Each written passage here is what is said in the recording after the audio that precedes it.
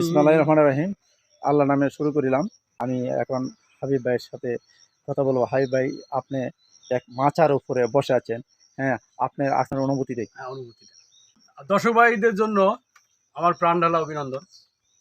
আজকে আমরা আমাদের অফিস বন্ধ, তাই আমরা ঘুরতে বেরিয়েছি। গ্রাম সে গ্রাম, দূর সে দূর, বহুদূর দূরে আমরা আইছি।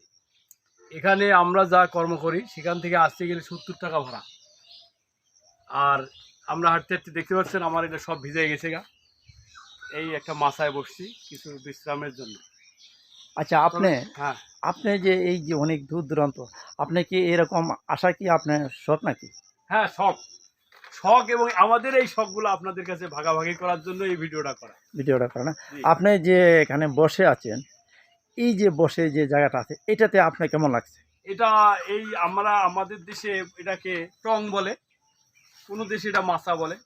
আর এইরকম একটা তাল গাছের নিচে বসা, এটা একটা সেরকম ফিলিং।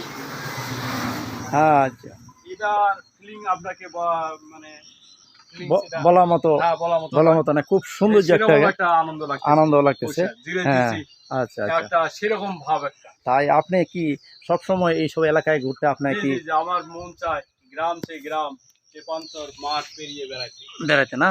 কিন্তু আচ্ছা কর্মের জন্য আমরা সময় পাই না। আজকে যেভাবে হোক একটা সময় বাই করে নেওয়ার।